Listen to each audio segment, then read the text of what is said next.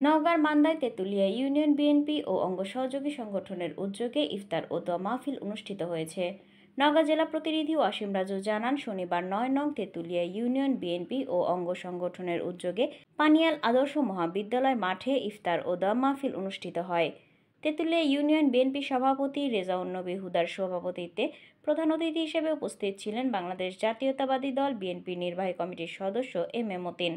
প্রধান বক্তা হিসেবে উপস্থিত ছিলেন উপজেলা বিএনপির আহ্বায়ক শফিকুল ইসলাম বাবুল চৌধুরী। এছাড়াও বিশেষ অতিথি হিসেবে উপস্থিত ছিলেন উপজেলা বিএনপির সিনিয়র যুগ্ম আহ্বায়ক এ কে এম নাজমুল হক নাজু, উপজেলা বিএনপির সাবেক সভাপতি আলহাজ মোখলেসুর রহমান মকে, উপজেলা বিএনপির সাবেক সাংগঠনিক সম্পাদক মোহাম্মদ বেলাল হোসেন খান, সাবেক সাংগঠনিক সম্পাদক আখেরুজ্জামান সেলিম, উপজেলা বিএনপির আহ্বায়ক কমিটির সদস্য শামসুল ইসলাম বাদল, উপজেলা যুবদলের যুগ্ম আহ্বায়ক এনামুল হক, যুগ্ম আহ্বায়ক অ্যাডভোকেট মিজানুর রহমান, যুগ্ম আহ্বায়ক সিদ্দিক হোসেন সহ উপজেলা ও ইউনিয়নের বিভিন্ন পর্যায়ের নেতৃবৃন্দগণ।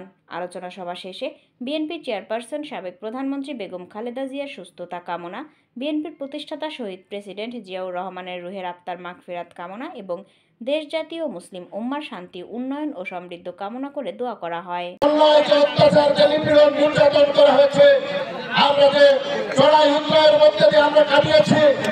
আমরা কি আবার কোন সংকটে পড়তে চাই? আমরা এই স্বৈরাচারে শেখ হাসিনার বিদায়ের পরে সেরকম কোন সংকটে কি আমরা পড়তে চাই?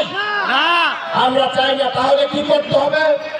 আমাদের প্রিয় নেতা বিএনপির ভারপ্রাপ্ত চেয়ারম্যান জনাব তারেক রহমান নির্দেশ দিয়েছেন,